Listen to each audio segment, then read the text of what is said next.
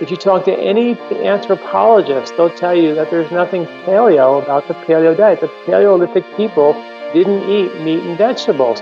They didn't actually eat that much meat. They would hunt a rabbit down, eat a little bit, share it up. They ate a lot of vegetables and a significant amount of starch, and they would migrate. They would eat seasonal. It wasn't the diet that we're being told to eat. The diet we're being told to eat is a rebound diet from a diet of way too much processed, highly refined breads and starches and carbohydrates. So because these highly processed carbs have become sugar-based, the pendulum now is swinging to the other side of the room, which is now don't eat any sugar, carbs, or starches at all. The Vidal Speaks Podcast. Episode 79, Dr. John Douillard, Gluten Sensitivity and the Lies Behind Eating Whole Grains and Beans, Part 2. Welcome to Vidal Speaks. My name is Deborah Vidal, former 11-year LPGA golf pro turned classical homeopath, certified plant-based nutritionist, and wellness coach. Each week here on Vidal Speaks, we bring you knowledge, inspiration, or natural remedies to help you take charge of your health and feel your best. I believe health is freedom and knowledge is power, so tuning in each week will give you the power to take steps towards freeing yourself from the chains that hold you back from having the energy to do all you want in life. No matter where you are in your journey of wellness, Vidal Speaks can help. I promise. Welcome back, everyone. I'm so happy to be the host of my own show and have you guys with me every week. I love being able to speak about all issues and just tell it like it is and teach you guys everything I know. Today we'll be continuing our great conversation with Dr. John Douillard. The subject for the 2 interviews I did with Dr. John is about his new book called Eat Wheat. His book has over 600 scientific facts to prove how wheat is a necessary food, and it's one that we should all be able to eat, and it shows how wheat can really help our health. That's a hard piece of information to hear these days, with all the people going gluten-free on a daily basis. Yes, it seems more and more people can't tolerate gluten or other whole grains and beans. And the proof of that is the gluten-free industry in America is a $16 billion a year business. Wow. But the big question we really should be asking is why can't all these people tolerate gluten or whole grains?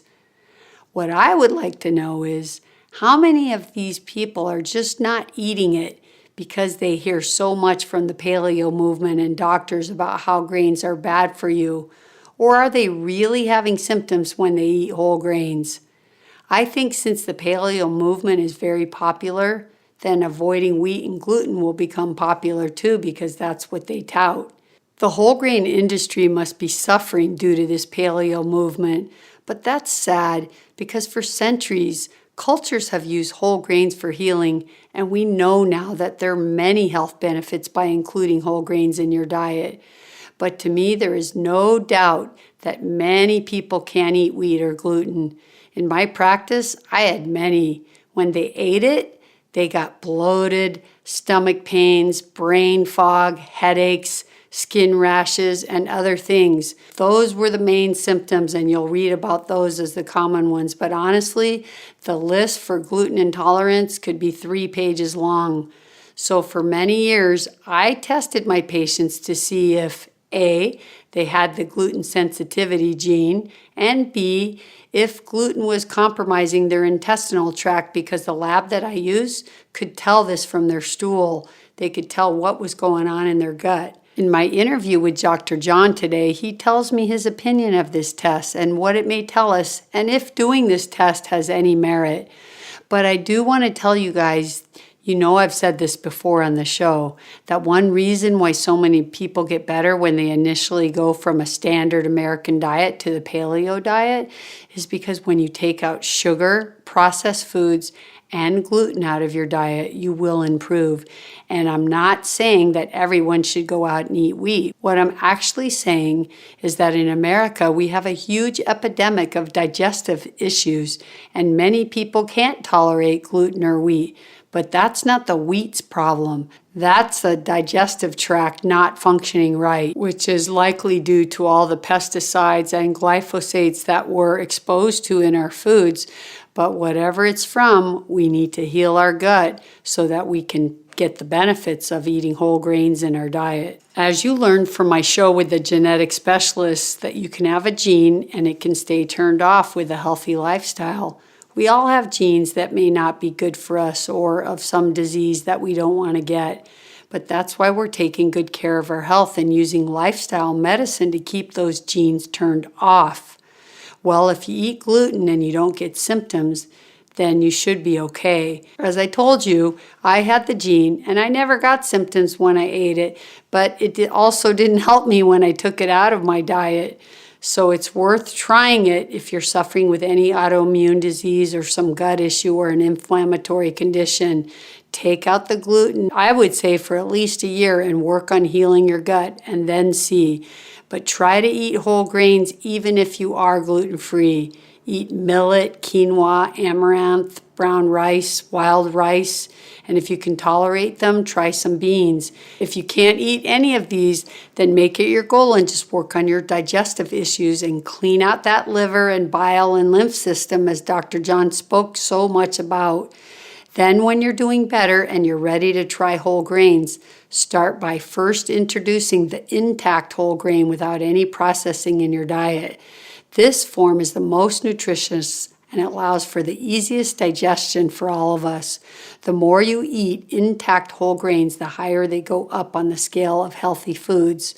Always remember this. So even the best sourdough bread is not quite as healthy as the grain of a sprouted wheat berry. So the more intact the grain is, the better. But that doesn't mean we can't eat organic whole grain flour that's minimally processed, as long as that bread has the 4 necessary ingredients and nothing more.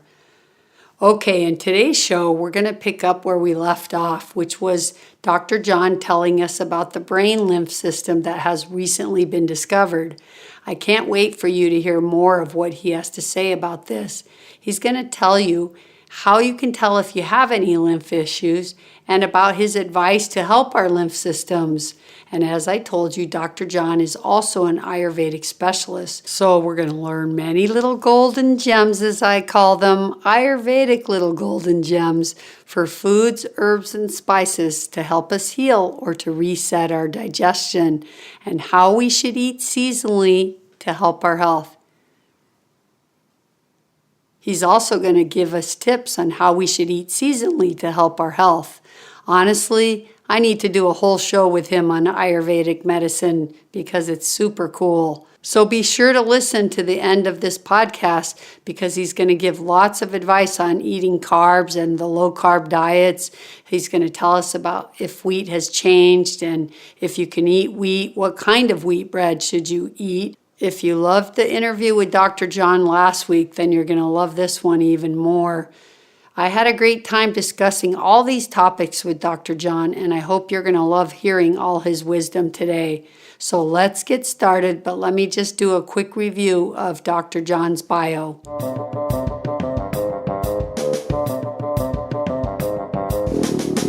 Dr. John Douillard, DC, CAP, is a globally recognized leader in the fields of natural health, Ayurveda, and sports medicine. Dr. John is the former director of player development for the New Jersey Nets NBA team. He's the author of 6 books, a repeated guest on Dr. Oz Show, and featured in Women's World Magazine, Huffington Post, Yoga Journal, and dozens of other publications. He is the creator of LifeSpa.com, the leading Ayurvedic health and wellness resource on the web, and 2013 Holistic Wellness Center of the Year in Boulder, Colorado. LifeSpa.com is evolving the way Ayurveda is understood around the world, with over 700 articles and videos proving ancient wisdom with modern science. Started in 1996 by Dr. John Douillard as a natural health and Ayurvedic clinic, LifeSpa has grown to host a robust online store, #1 Ayurvedic newsletter, self-help site, guided at-home cleanses, as well as a booming clinic. LifeSpa is located at the base of the Rocky Mountains in sunny Boulder, Colorado. Yay, that's where I used to live. Hello, Boulder. All right, you guys, are you ready for this one? This is going to be a good one. Be ready to put your memory cap on because there's lots of great little golden gems in this one. Okay, here we go.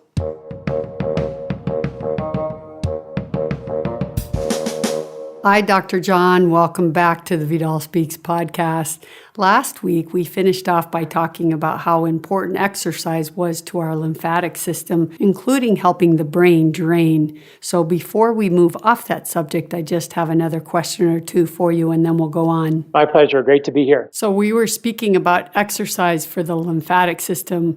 Can you tell me, is there a special kind of exercise? Like, is it better to do brisk walking, gentle walking, and further or longer minutes? Is there a perfect amount of minutes, or is it really intense workout? What's best? Well, you would love my first book. It was called Body, Mind, and Sport. And it was a book about doing brainwave research on the difference between nose breathing and mouth breathing. And I did research on, and we found when people breathe through their nose, their brain goes into an alpha brainwave coherent response. So you're in a calm meditative place while you're swinging a golf club, for example, as opposed to opening your mouth, being in a panic, upper chest, bear in the woods chasing you. When you get chased by a bear, I imagine you're huffing and puffing through your mouth, right?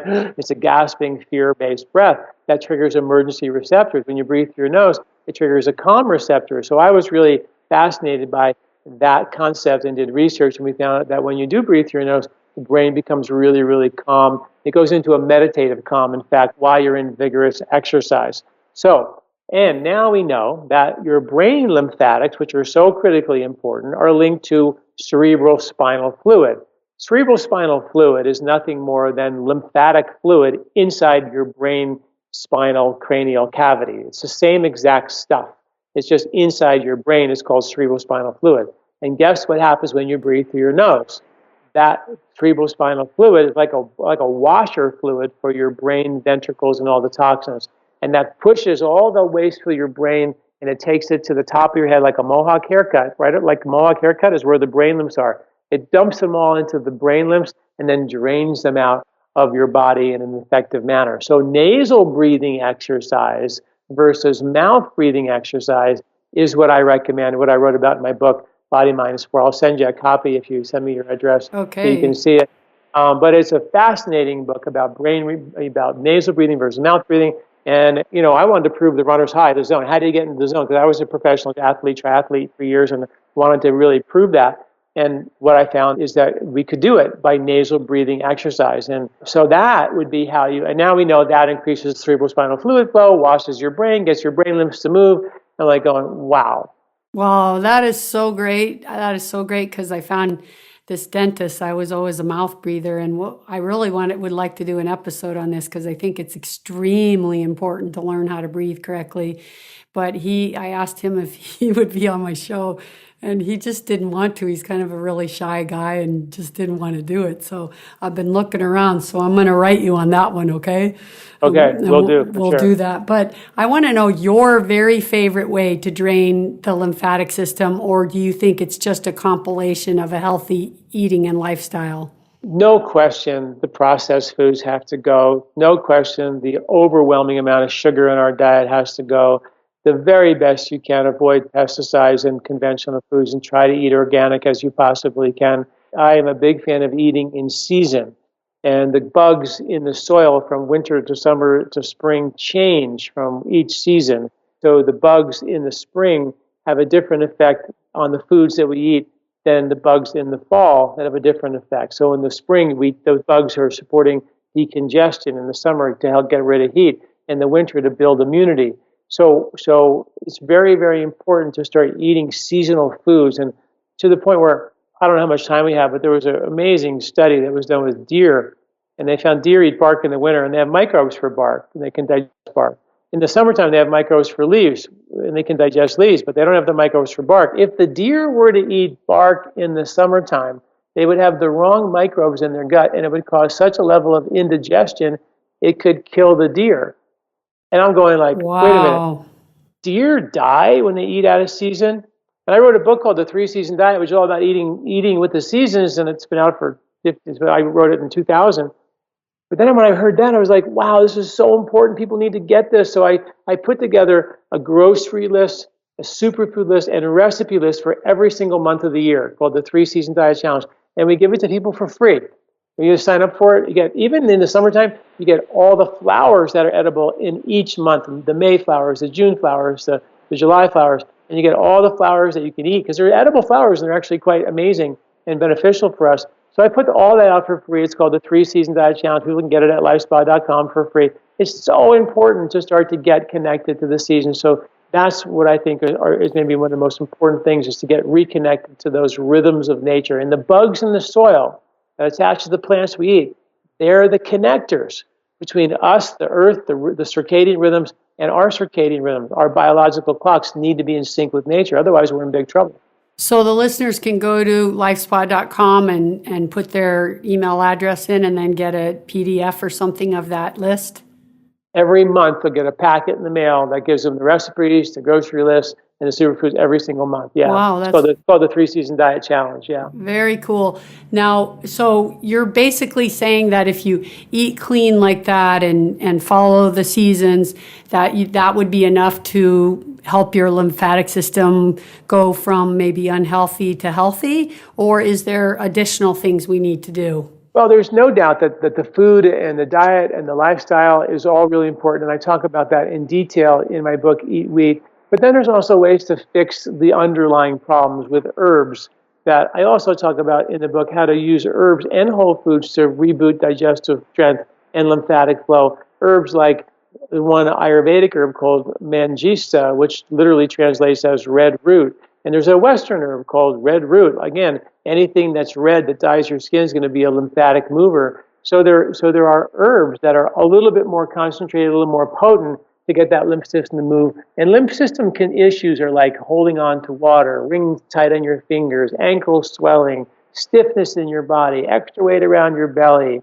breast tenderness and swelling when you menstruate, tiredness, allergies, food sensitivities, headaches, fatigue, lethargy, rashes on your skin, rings getting tight on your fingers, all that's, and fatigue is that's lymphy stuff. And I've written a ton about how to reboot your lymphatic system. Great. And most of that information is in your newer book, Eat Wheat? Yeah, how to navigate around the processed foods, how to reboot your digestive system and troubleshoot it step by step is in my new book, Eat Wheat. Sure is. Okay, great. I'm curious now about that HLA-DQ2 and DQ8 gene and what you think about that genetic test. For the listeners that don't know what the heck I'm talking about, it's a gene test that you can take to see if you have this, what they call non-celiac gluten sensitivity. It doesn't mean that you're celiac. There's another kind of sensitivity called non-celiac gluten sensitivity. What do you make of that test? And genes can stay turned off, so I know that doesn't mean that you're screwed or anything, but I'm curious if you believe in that test, if there's any merit behind it, and what do you do if you're positive? Well, I think there's always merit behind the tests that they find, but I think that the testing is way ahead of the interpretation. And studies are now showing that 70% of what we do is actually lifestyle, diet, nutrition, and exercise, and only 30%, and some studies show only 20% is genetic related. So just because you have a genetic predisposition to something doesn't mean it has to express itself. We all have genetic predispositions to everything, but why does it have to express, or does it have to? Right. Why does it wait till you're 50 years old, overweight with high blood pressure to express itself? Why didn't it express itself when you were 21? Because you were healthier when you were 21. Yeah. But can you get back to being healthy at 50? Why not? So I think that there are so many genetic tests out right now that are scaring people, but the researchers are really trying to dial people back down from being so extreme about that. What you're saying is epigenetics, that they're proving now that it's your lifestyle way supersedes like 95% to 5 over what your genetics are. And if your lymphatic system is congested right inside your intestinal skin, I wrote an article once called The Most Important Half Inch in Your Body, which is where your intestinal villi meet the lymph on the outside of your intestinal wall. And if that's boggy and congested, and you keep eating undigested foods like wheat, don't you think it makes sense for that intestinal tract to inflame and irritate as a result of that?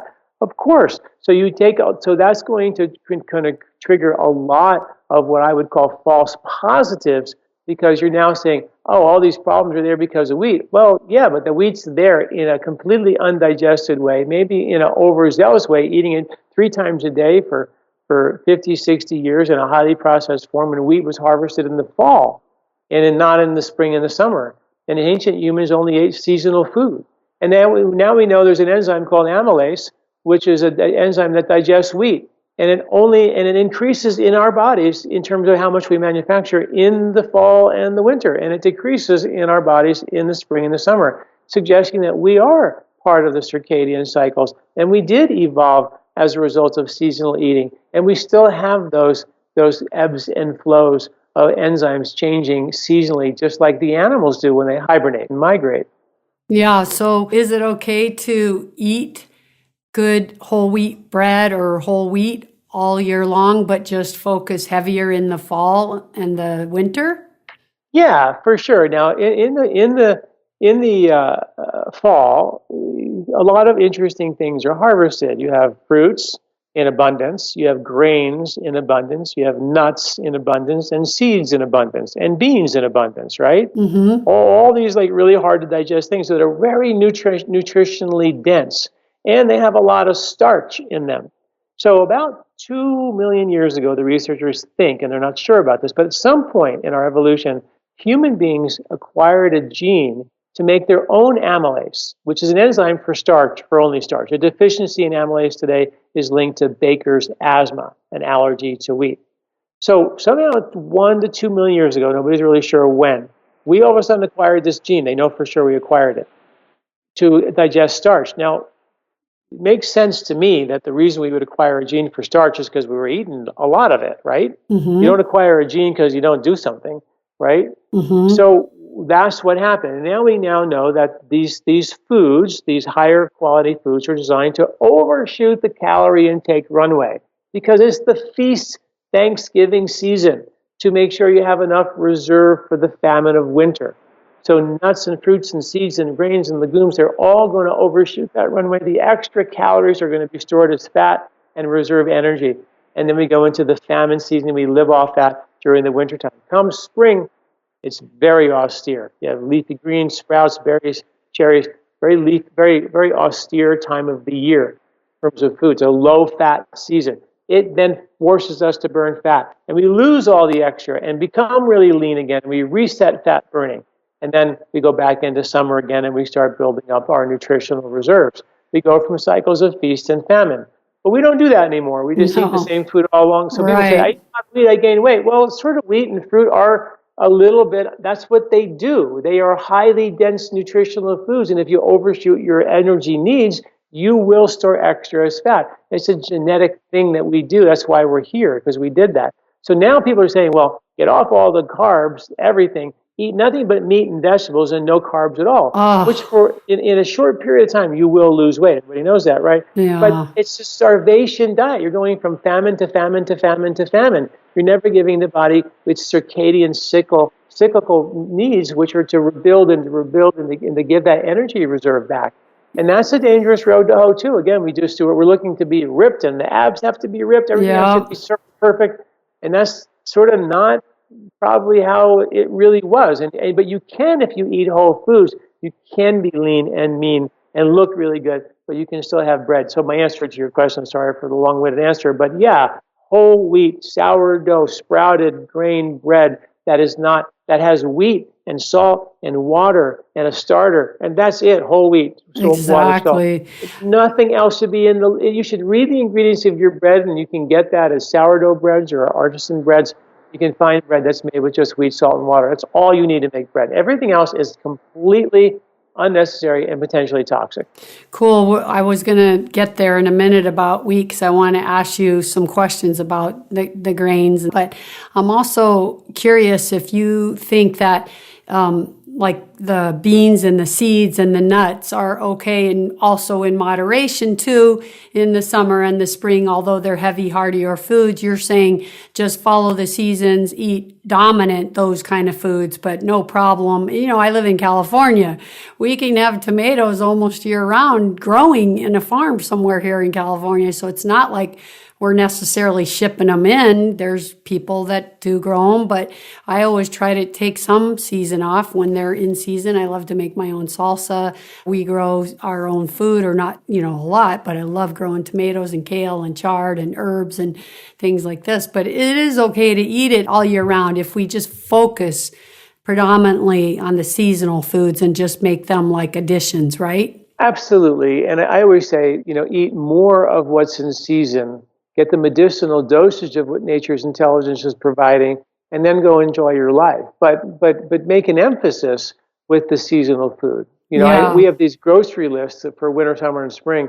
I say circle the foods in the winter that you like, and give yourself permission to eat more of them, and then do it again in the spring and do it again in the summer. So you get the seasonal flow and ebb and flow of what's really happening in nature. Because there's bugs on those plants, or not, if they're organic, there's bugs on those foods that become our seasonal microbiome, which is important. Yeah.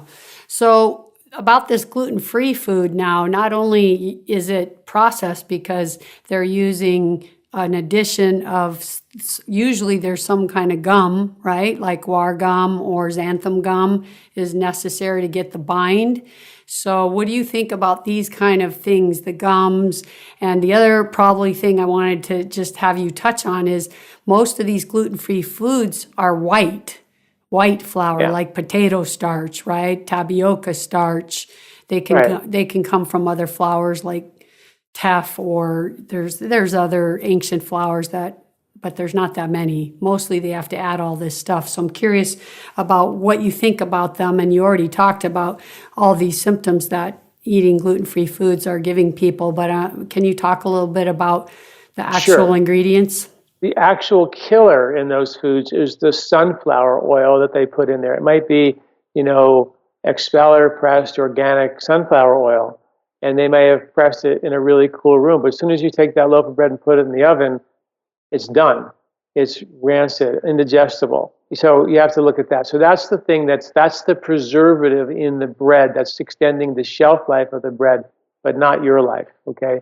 And then, yes, those other ingredients you talked about, the potato starch, tapioca, they're very high glycemic index. So the glycemic load of that bread compared to a whole grain, there's no comparison. They're very, very high. So they're going to increase the same problem that got us in this mess in the first place. The thing that the grain brain and the wheat belly people say is that wheat acts like sugar. Yeah, it only acts like sugar when it's a processed product. The gluten-free breads are highly processed products, and they do act like sugar. So they're things we definitely need to think about avoiding.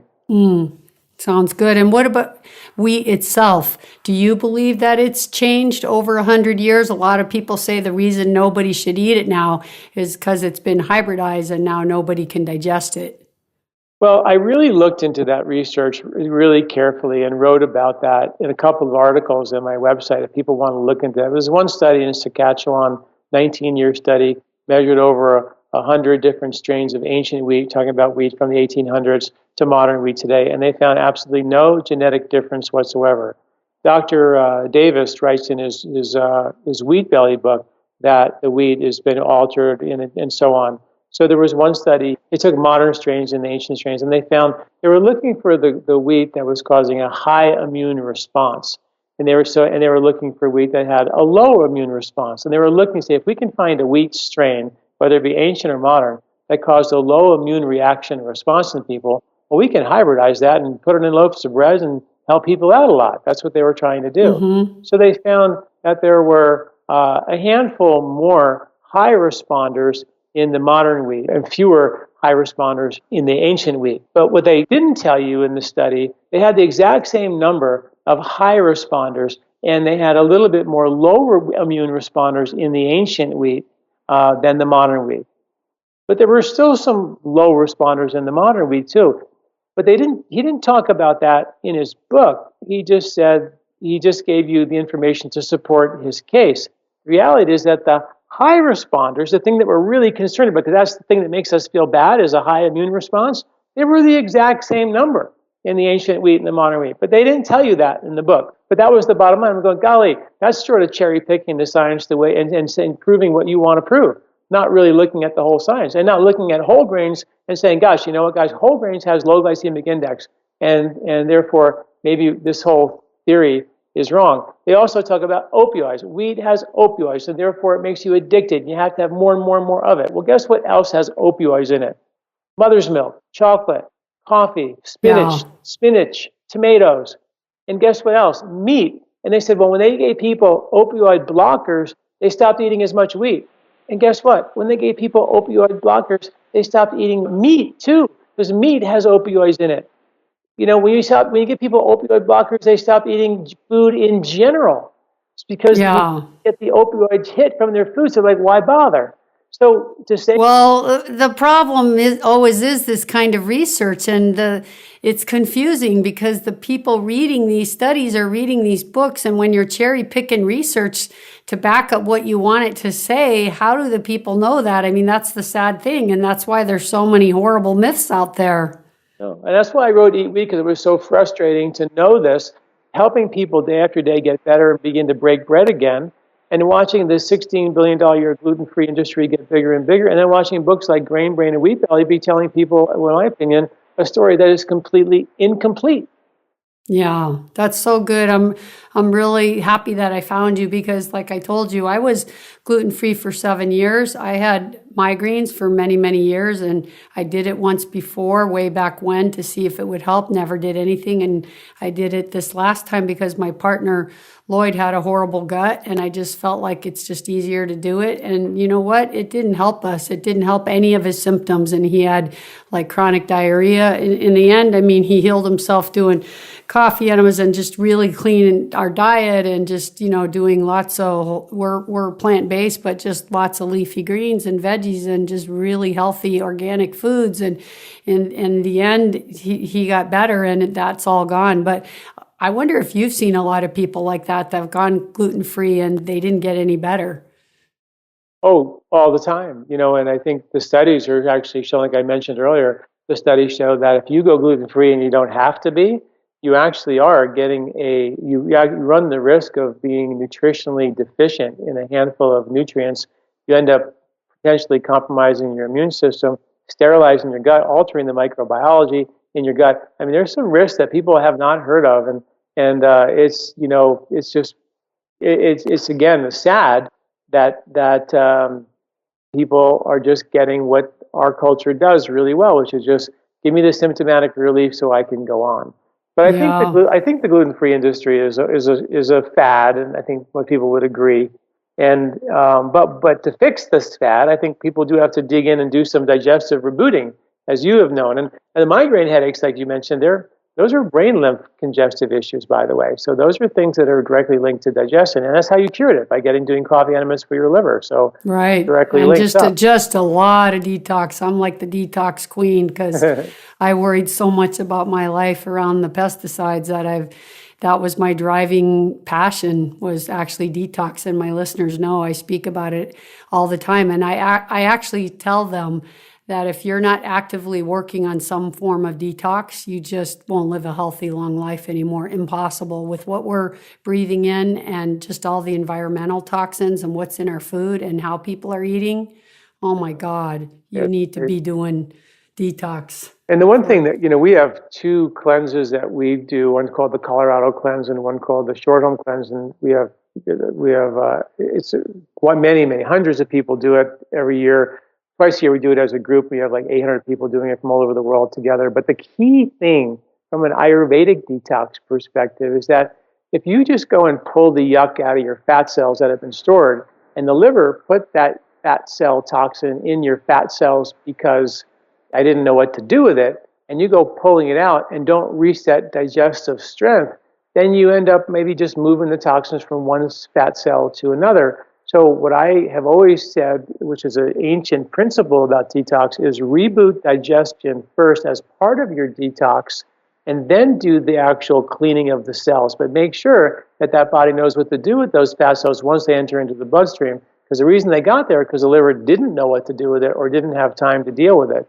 So that's a piece of the puzzle that might be something to understand more about what we're talking about, how to reboot digestion of strength, because that is your detox strength. So they really need to go together.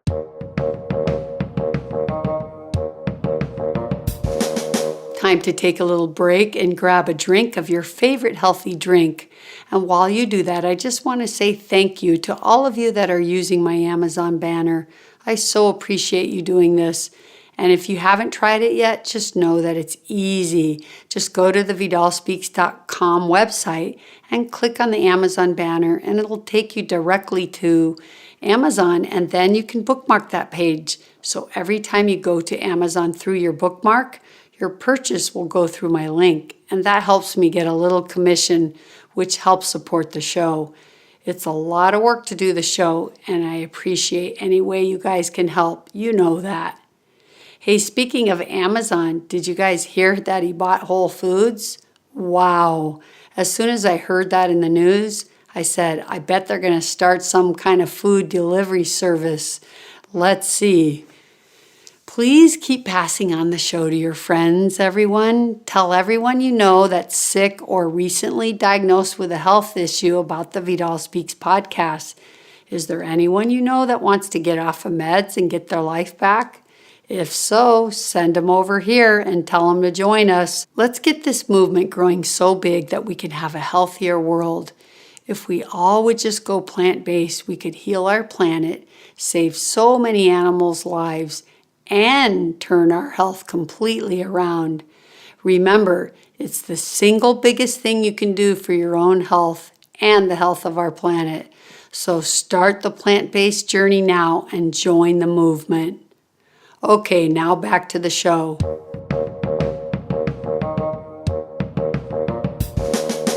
Yeah, and what do you specifically do? Is the cleanse part of the reboot digestion, and is there some supplements? Is it juicing? Is it greens? I mean, what do you do to reboot digestion, and what are your cleanses consisting of? The two cleanses that we have, one called the Short Home Cleanse, which is an ebook online you can get for free. It's a 4-day cleanse, and our Colorado cleanse is a 2-week cleanse, a little bit more aggressive and a little more established and elaborate.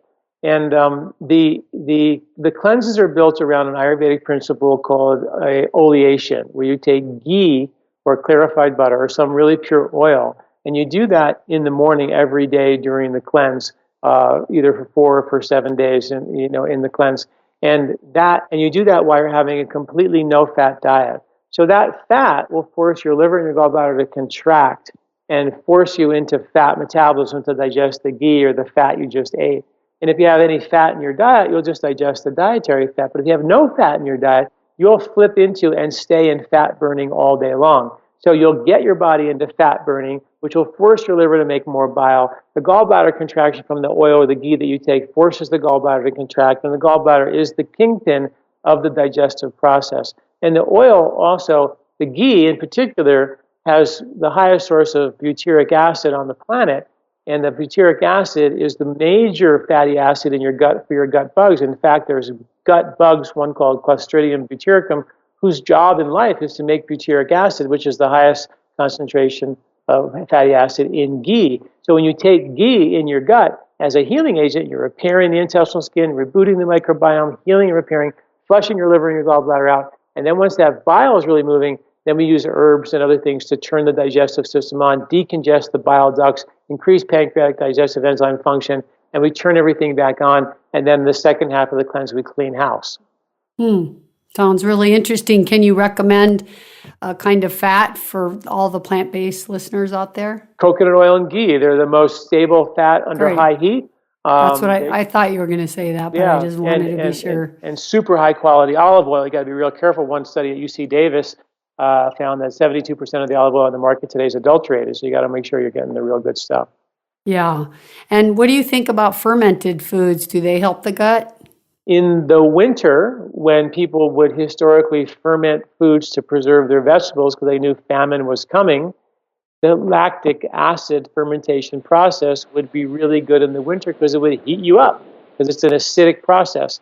But in the summertime, taking a 20-ounce jar of kombucha, which is also made with lactic acid fermentation, they're very acidic foods. So overdoing them can be overly heating for the body. So you have to recognize nature and connect. And fermented foods have always been sort of small condiment portion kind of agents. So doing them in small quantities with a little emphasis in the winter and a little de-emphasize them in the summer is a really smart way to go. You're going to get, by eating the plants out of the ground without washing and scrubbing and power washing them, you're going to get a whole nother level of good microbes from just those plants alone. They're loaded. Yeah. So you're not against them. Do you believe they can help people's gut bacteria if they eat them in small portions? They're absolutely. I'm very much for them, but I do see people, like we do in America, overdo it. You know what I mean? A little's good, a lot's better, right? Right. They have the keg of kombucha on There their you counter, drinking it every day by the gallon. That's, and if your body type, we call in Ayurveda pitta, which means hot and fiery and competitive and driven. You're a hot type. In the hot summer, drinking hot kombucha on top of coffee, beer, and wine, those are all acidic things. They could provoke inflammation and skin rashes. You have to be careful. So it's just, again, Ayurvedic medicine is logic. It's understanding the logic of nature and then doing our best to sync up with that logic.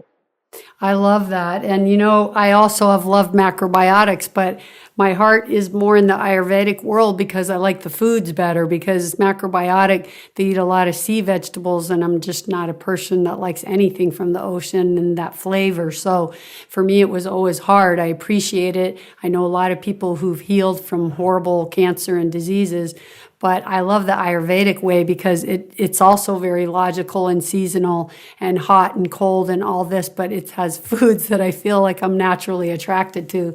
So I look forward to talking to you more about that. What do you think about ancient grains? Are they any better than like regular whole wheat grain? And is there a kind of whole wheat grain we should be buying? Like, is spelt better? Or what do you think about einkorn or some of these ancient grains that aren't as popular?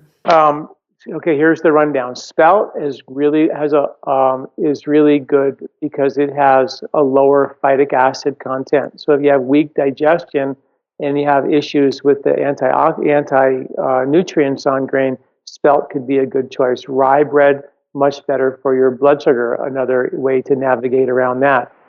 Sourdough bread. When you do sourdough bread right, which can take up to 3 or 4 days to bake, it can literally gobble up the gluten and render the sourdough bread gluten-free. And then sprouted grains and soaked grains will also, for sure, lower the anti-nutrient content and make it a lot easier to digest. So those are some simple strategies. Well, people in my practice that would tell me they were allergic to nuts, but then I have them soak and dehydrate their nuts and they could eat them because it removes I think it's the phytic acid. I know it's the enzyme inhibitor, right, from them.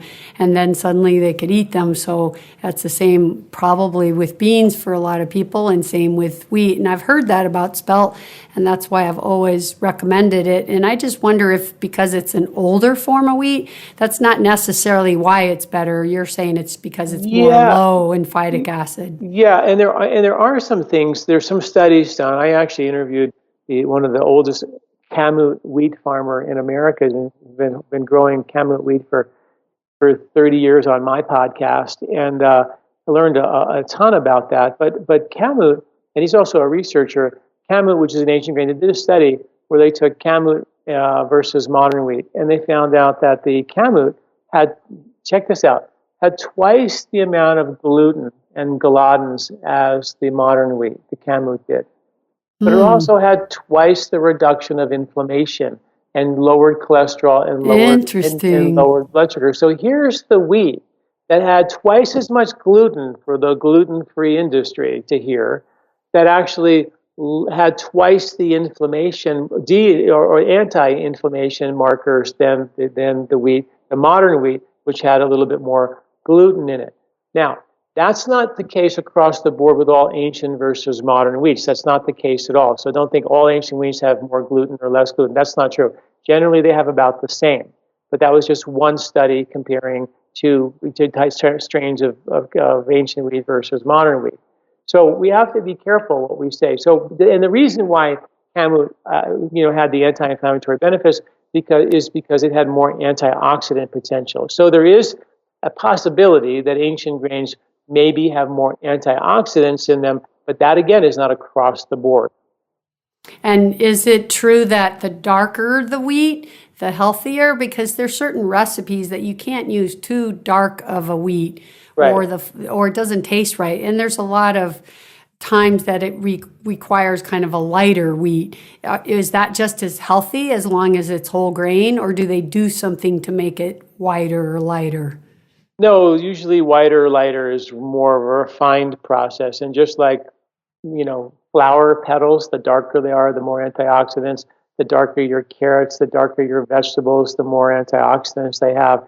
The berries and the blueberries have more antioxidants than even the raspberries do because they're darker. So that is a very good rule of thumb to get something with more antioxidants in them. However, having a grain that doesn't have as much antioxidant, if you have good digestion, that's not an issue, right. at all. Good. Yeah. I just think, sometimes you're at a place. I mean, I always try to buy whole grain. We found this great place at the Hollywood Farmers Market. They make their sourdough. It takes like 4 days to make it. It's right. only 4 ingredients. It's all organic. It's a kind of wheat that I'd never even heard of. So, it's like really hearty and good. And it's really got this lovely sour taste, which is why you would buy sourdough if you like that taste. But a lot of people, are stuck and they don't have that, or they're out of town and they're wondering, can I eat the lighter wheat if it's sourdough bread, or occasionally that's okay. It's not, if your digestion is okay, you're saying your body will handle it. But in general, the darker ones are healthier because they're less processed. Yeah, and maybe that's what the gluten-free industry has done in terms of helping us all out, making our artisan bakers and the people who are really into good bread, they're raising the bar and they're making more really good bread way more available. And if you look at your local health food store, artisan bakery, even in your supermarket, if you look at sourdough breads, you will find bread that's wheat, salt, water, and a starter. And then you're off and running. So it's available now, and it's not as hard to find as we think. We just have to read some labels.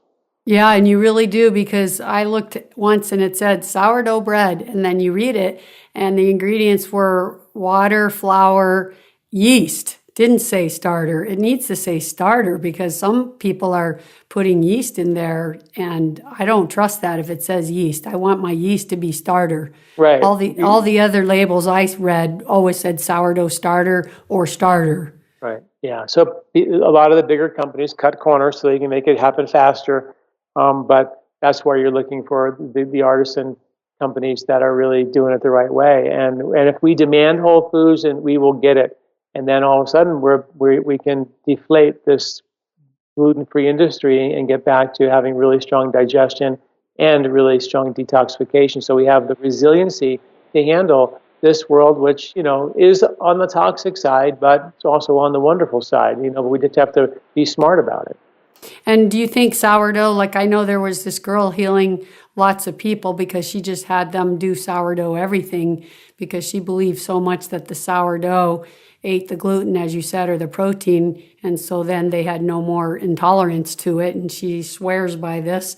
And I've had that experience myself too, that sourdough is much easier for a lot of people because, as you said, it's breaking down the proteins. But what do you think about adding sourdough to other recipes, like other breads, or if people want to do, some kind of healthy whole grain pancake, by adding sourdough starter to it, could that make it healthier? Oh gosh, yeah. As long as you let it sit around and let it gobble up the gluten. I mean, they did one study where they took sourdough bread, and that literally rendered the bread gluten free.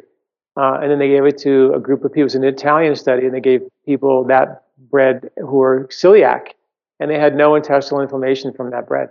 Wow, so there's a lot to be said. A lot to be said for the way we cook and make our bread and make our food in general.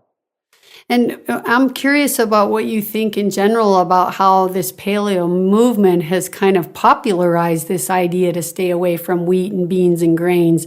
Hasn't this really kind of inflated the gluten-free industry, like you're saying? Well, it gets fueled by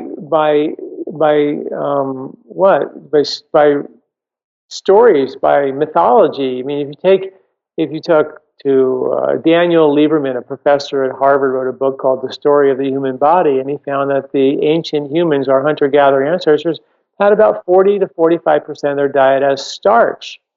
If you talk to any anthropologist, they'll tell you that there's nothing paleo about the paleo diet. The Paleolithic people didn't eat meat and vegetables. They didn't actually eat that much meat. They would hunt a rabbit down and get it, eat a little bit, share it up. They ate a lot of vegetables and a significant amount of starch, and they would migrate. They go from season. They would eat seasonal. It wasn't the diet that we're being told to eat. The diet we're being told to eat is a rebound diet from a diet of way too much processed, highly refined breads and starches and carbohydrates. So because these highly processed carbs have become sugar-based, and the pendulum now is swinging to the other side of the room, which is now don't eat any sugar, carbs, or starches at all.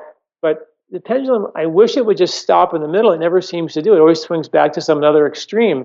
And the balance is, hey, we need starches. We've always had starches. We have amylase in our body for millions of years to digest starches. So let's do this seasonal and logical and in a whole food way and stop the craziness. It's so true. I know Dr. McDougall talks about that a lot, about the amylase that we have. And it's funny, there's a dietitian, her name's Brenda Davis. She's a plant-based dietitian, and she's done an actual breakdown of the old Paleolithic diet, the modern Paleolithic diet, and then the healthy, organic, whole food, plant-based Paleolithic.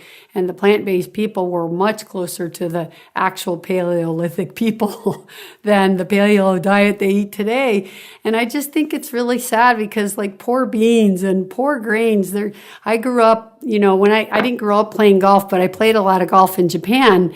And when I was in my years of traveling there, you hear so much about macrobiotics, and I met people there that healed themselves from it, and I got very interested in that. And I always would think like, wow, they use barley, they use whole grain bread, and they use barley, and they do wheat, and these are foods that they ate, and they got better from diseases like cancer. And then I would always say to myself, it really doesn't make sense why we've come to a place where now they're not health foods anymore, unless it had something to do with the strain or how they grew it, which I had no idea if that was really true.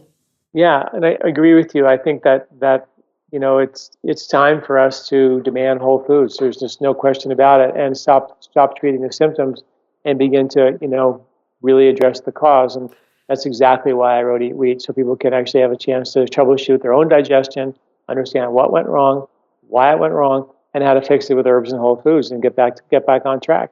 Well, and I love how you say we just go from one extreme to other. I don't know if that's Americanism, but we seem to do that. They just throw everything out to try to rebound. That was very well put the way you said it. And I just love so much your Ayurvedic medicine, because when I hear you talk about them, it's just such a logical way to health, isn't it? I love Ayurvedic medicine. It just sounds so right. There's nothing really to argue about it. I imagine that's a medicine that nobody's really attacked.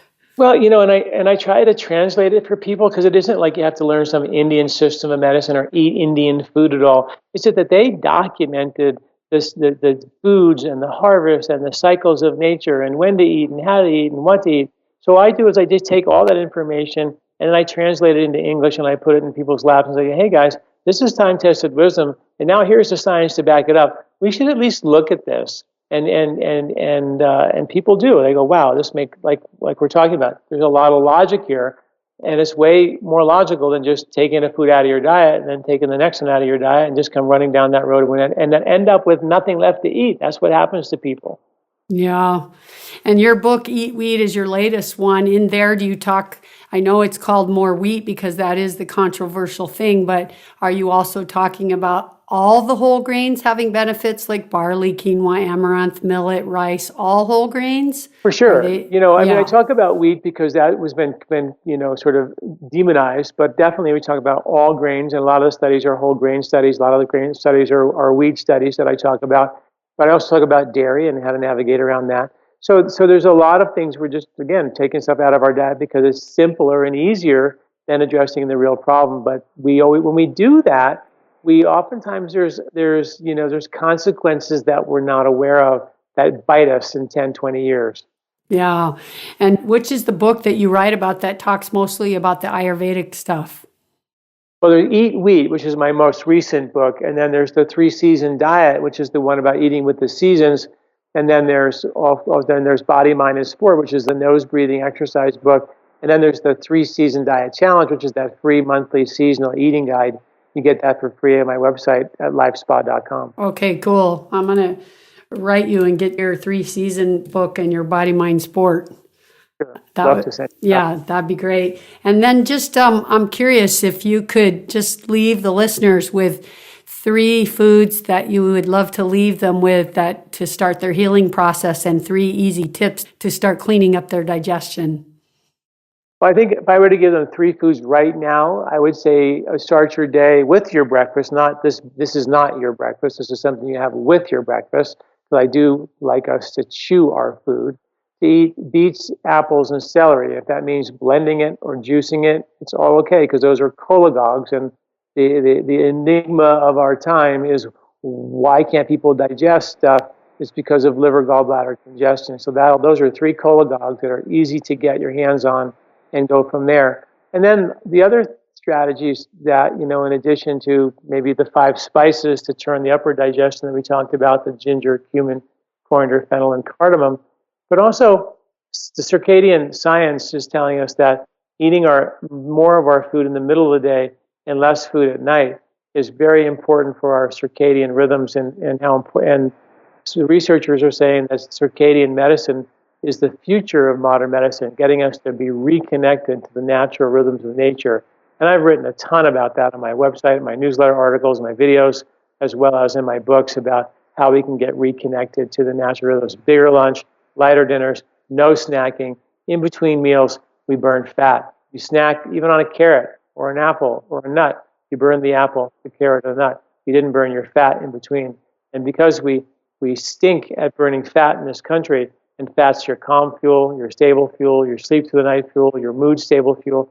If we don't burn fat well, we get fat, we get unstable, our mood gets wonky, we don't have any energy. So we have to continue to reset fat burning, and that takes place by having a breakfast, nothing till lunch, nothing till supper, nothing till breakfast the next morning. So you give the body a reason to burn fat, which happens in between the meals. Longer trips is the way to win the battle. That's great. I love that. There was a Japanese doctor that wrote a book on digestion and enzymes, and I think it's called The Enzyme Factor, and he talks a lot about that.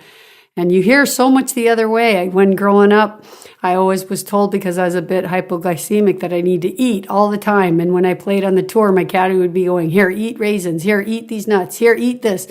I'm like, I'm not hungry. I want to eat. But it's funny. You hear exactly the opposite by so many people. But I like the idea, what you say. That makes a lot of sense. You give your digestion a break finally. And you force it to burn fat. One rule of thumb is make sure there's 13 hours between supper and breakfast. If you can do that, that's a heck of a good start. Wow, that's good.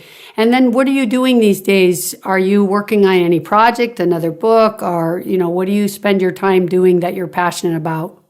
Well, I mean, my website, LifeSpa.com, is where we prove ancient wisdom with modern science. So I am fascinated. I think I figured out what I'm going to do when I grow up, which is to dig into the ancient principles, time-tested medical practices, find the science to back them up. And if I can find science to prove something that's been done for thousands of years, you can bet I'm going to write about it, because I feel like science alone is not good enough. If you have something that's been around for a couple hundred years or 1,000 years and you have science, I feel like we should at least look at that and understand that. And that's what I write about at lifespa.com. That's my passion. That's what I do every day. And when I find something that's super exciting along the way, then I carve out some time to write a book about it, which I've done. But right now, it's just I write 3 articles a week and do 1 video a week. And we have tons of e-courses we're doing. So we're just an educational resource for folks to get back to the basics and reconnect themselves to the natural rhythms. Very great. And I just want you to tell the listeners, I know LifeSpa.com is your website, but how else can they follow you? Do you have Twitter or Facebook accounts? Yeah. You can follow me on Twitter, definitely on Facebook. I do a bunch of Facebook Lives on a regular basis. You can follow me there. We do Instagram. So you can follow me. If you go to LifeSpa, LIFESPA.com, you'll get information about how to follow me on all those platforms. Perfect. Oh, Dr. John, I would say your last name. I'm going to attempt it. Dr. John Douillard. Did I say that right? That's perfect. Douillard, exactly right. Perfect. Very good. Thanks, Dr. John. It's been a pleasure to talk with you today, and I'm going to hold you to coming back because we have a few more topics I think we can share out in the world and help people. So I hope you will do that. Yeah, I'd love to. Thank you for having me. I appreciate it. Okay, we'll talk soon. Bye, Dr. Douillard. Bye-bye. Thank you. Okay, bye-bye.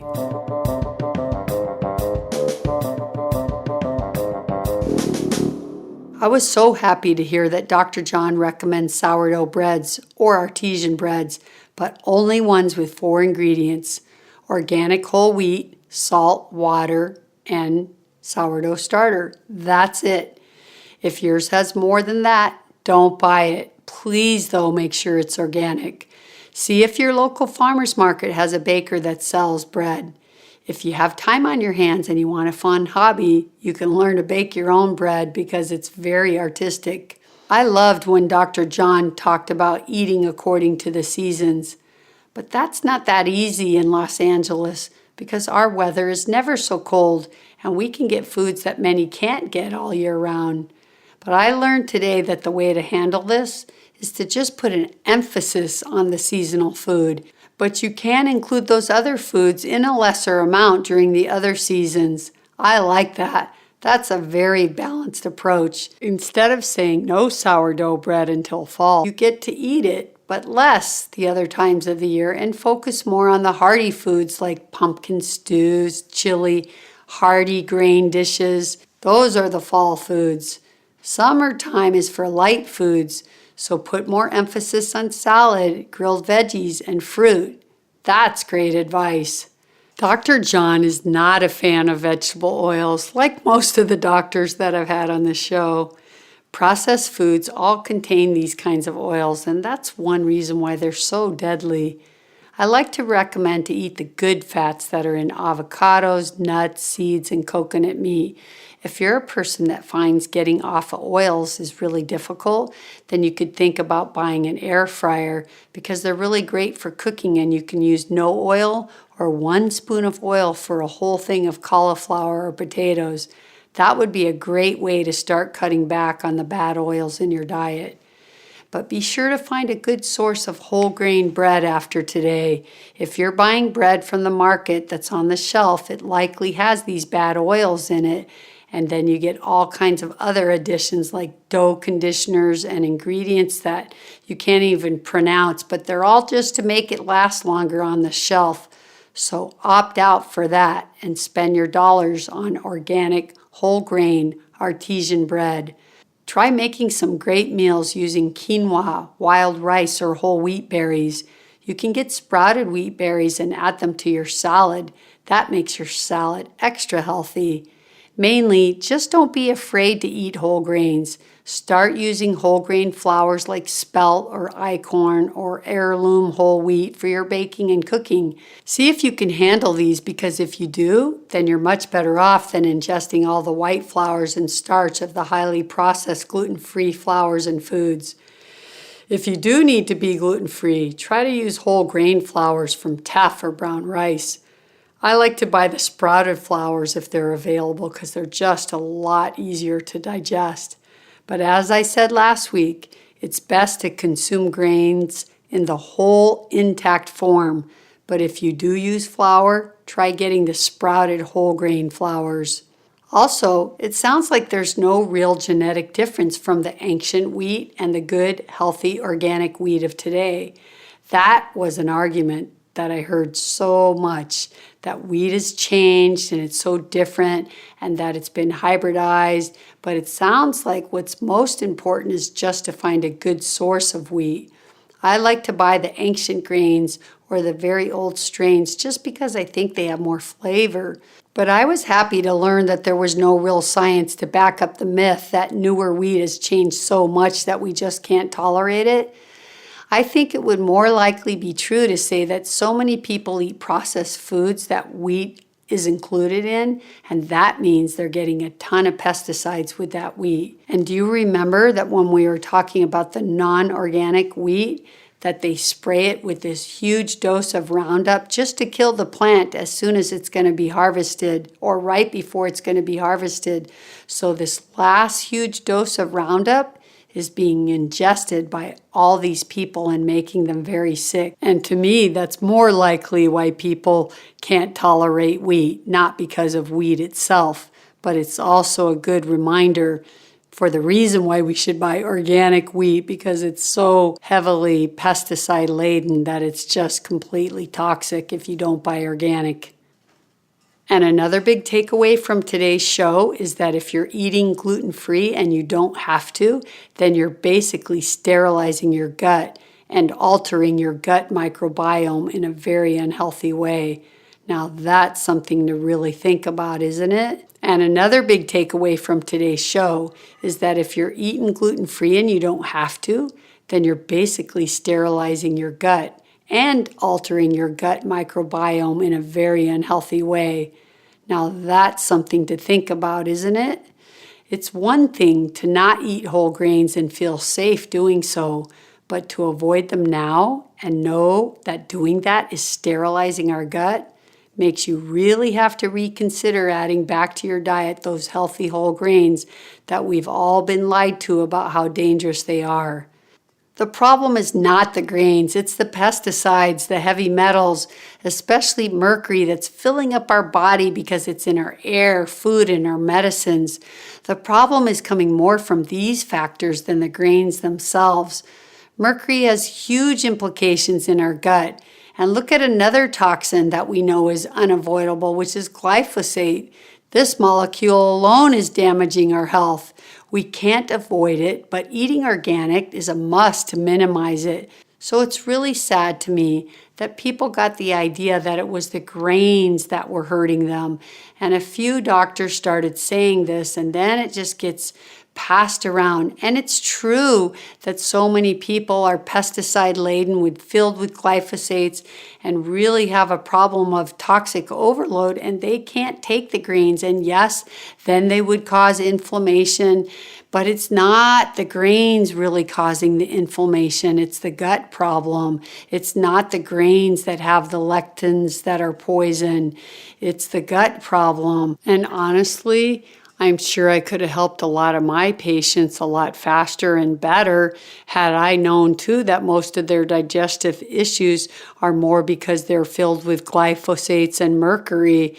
But I too thought it was the gluten, and that's why I took the gluten out of many of my patients' diet, which actually helped them. But while they were being gluten-free, I should have worked harder on detoxing their gut or their entire body, because unless they got detoxed from that, then they would never be able to tolerate whole grains or gluten again, which is very unhealthy. So there are some honest mistakes in people really believing this, but as you can see from the research, it really has nothing to do with the grains itself. And this is why clinical practice and just learning and listening to the science can help us all find the truth. But what makes me more mad is not the people making mistakes because they don't know something yet. It's the people that just keep regurgitating the wrong information or that write books and only put part of the scientific study in there to back up what they're trying to prove. That's just wrong. They're not telling you the whole story, as Dr. John told us today. Getting part of a story and then publishing that part just to back up what you want to prove as your point is wrong, folks. These books have gone viral and the facts are just not there. I'd like to suggest for you guys to read Dr. John's book so you can learn the whole truth. It's called Eat Wheat, just as a reminder. Well, you guys, I think you know by now that the time has come to say goodbye. But the good news is that I'm going to see you right back here next week. So be sure, if you're one of those people that can, eat your grains this week. And if you're one of the ones that can't, then begin to heal your gut and do some detox. And let's get you eating grains very soon. I hope you enjoyed the show today, my podcast family. Until next week, ta-ta for now. Vidal has spoken. Remember, you heal with a plant-powered diet, including grains, homeopathy, and detoxing, of course. Peace. Be healthy. Be free. Live life.